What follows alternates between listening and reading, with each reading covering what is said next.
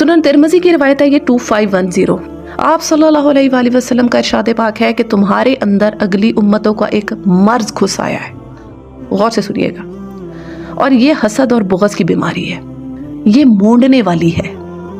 मैं ये नहीं कहता कि सर के बाल मोड़ने वाली है, बल्कि ये दीन मोड़ने वाली है। कसम है उस ज़ात की कि जिसके हाथ में मेरी जान है, तुम लोग जन्नत में दाखिल नहीं होगे जब तक ईमान ना ले हो, और मोमिन नहीं हो सकते यहाँ तक कि आपस में मोहब्बत ना करने लगो।